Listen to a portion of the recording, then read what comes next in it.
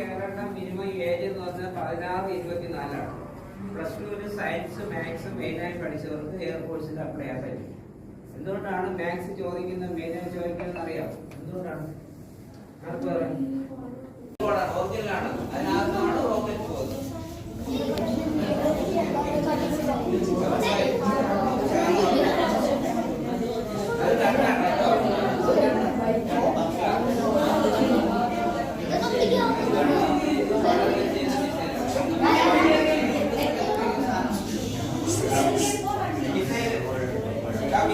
മിസൈലും ബോംബും തമ്മിലുള്ള വ്യത്യാസം എന്താണ് പറഞ്ഞത്? ആർക്കറിയാം? മിസൈലും ബോംബും തമ്മിലുള്ള ഒരു വ്യത്യാസം പറഞ്ഞു. ലേഡീസ് കൊണ്ടുപോകണതാ മിസൈൽ. എന്നാലും അതിന് പ്രത്യേകത എന്താണ്? മിസൈൽ എന്ന് പറഞ്ഞാൽ നമുക്ക് ഒരു രാജ്യം ചെയ്യുന്ന അടുത്ത രാജ്യം ചെയ്യുന്ന ആദ്യം ചെയ്യുന്നതാണ്. പക്ഷെ ബോംബാണെങ്കിൽ അവിടെ പോയാലും ഇടാം കേട്ടോ. പറഞ്ഞ് മനസ്സിലാക്കി ആരെയും ചോദിച്ചാൽ പറയാതിരിക്കും.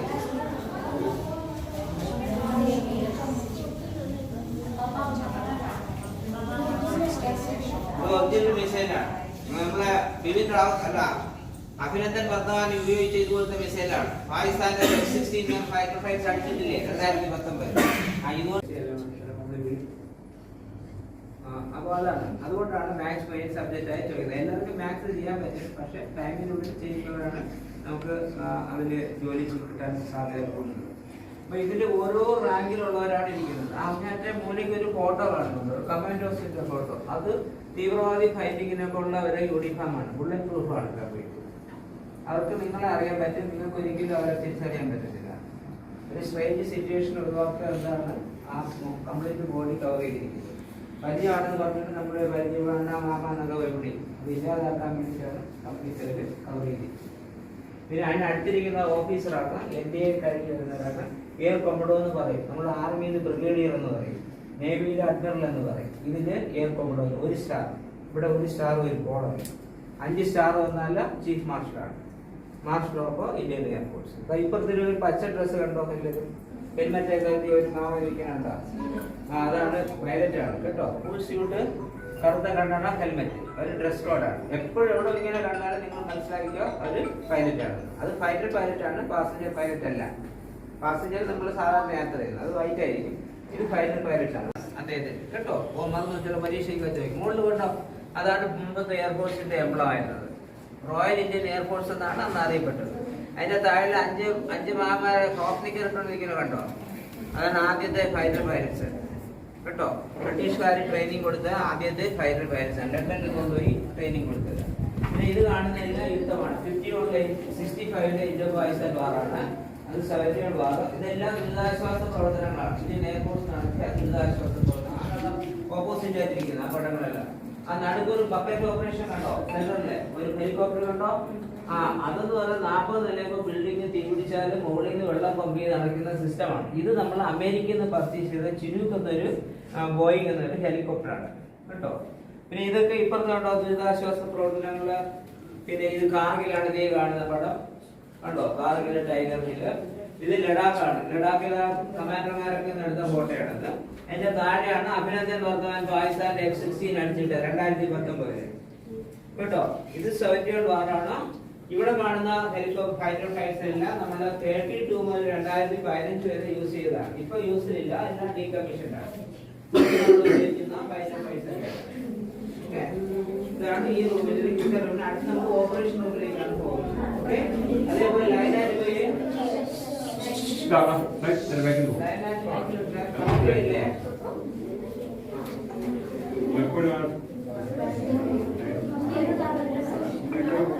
നേരത്തെ പറഞ്ഞാൽ പോകല്ലോ.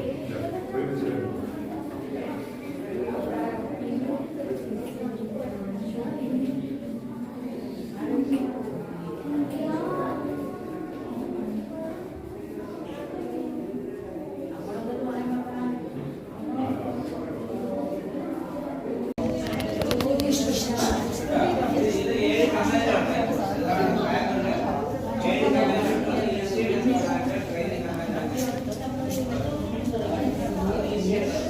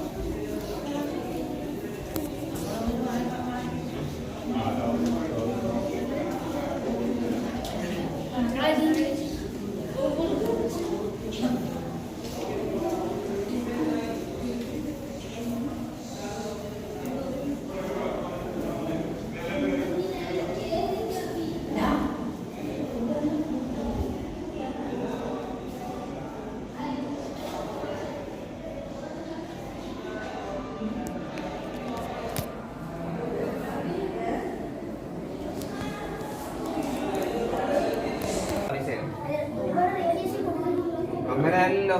എന്നാലും അതിനൊരു പ്രത്യേകത ഉണ്ടല്ലോ. എന്താണ് മിസൈൽ എന്ന് പറഞ്ഞാൽ നമുക്ക് ഒരു രാജ്യത്ത് നിന്ന് അടുത്ത രാജ്യത്തേക്ക് ടാർഗറ്റ് ചെയ്ത് വിടാം. പക്ഷെ ബോംബാണെങ്കിൽ അവിടെ പോയാലേ ഇടാം. കേട്ടോ, പറഞ്ഞ് മനസ്സിലാക്കി. ഇനി ആരെയും ചോദിച്ചാൽ പറയാതിരിക്കരുത്.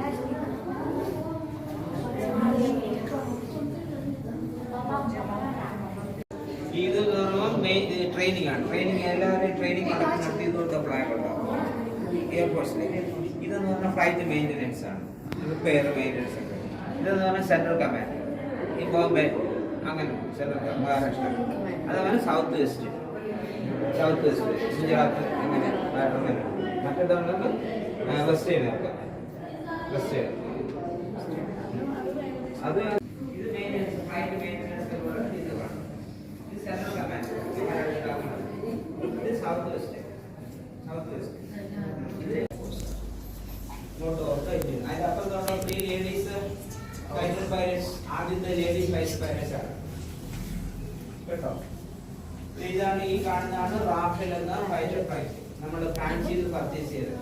1300 കിലോമീറ്റർ സ്പീഡാണ്. ഏകദേശം 2-3 മിനിറ്റുള്ളിൽ തന്നെ നമുക്ക് ഡൽഹിയിലേക്ക് എത്താൻ പറ്റും. അത്ര വേഗത കേട്ടോ. ന്യൂക്ലിയർ വെപ്പൺസ് ഒക്കെ ക്യാരി ചെയ്യാൻ പറ്റുന്നത്. ഇത് നമുക്ക് 36 എണ്ണം ഉണ്ട് ഇപ്പോൾ കേട്ടോ. ഏറ്റവും ലേറ്റസ്റ്റ് ആണ്. അല്ലാതെ പഠിച്ചാലും നിങ്ങൾക്ക് പൈലറ്റിലേക്ക് ആവാം കേട്ടോ. ഇപ്പോഴേ പഠിക്കണം. അപ്പൊ ഇനി ഈ റൂമിൽ എന്തെങ്കിലും ഡൗട്ട് ഉണ്ടോ? ഇനി നമുക്ക് അടുത്ത മുറിയിലേക്ക് പോവാം. അപ്പൊ ഇതുപോലെ തന്നെ എബോ ടേൺ ചെയ്ത് അടുത്ത മുറിയിലേക്ക് പോവാം. ലൈനായിട്ട് സിംഗിൾ ലൈനായിട്ട് പോവാം കേട്ടോ.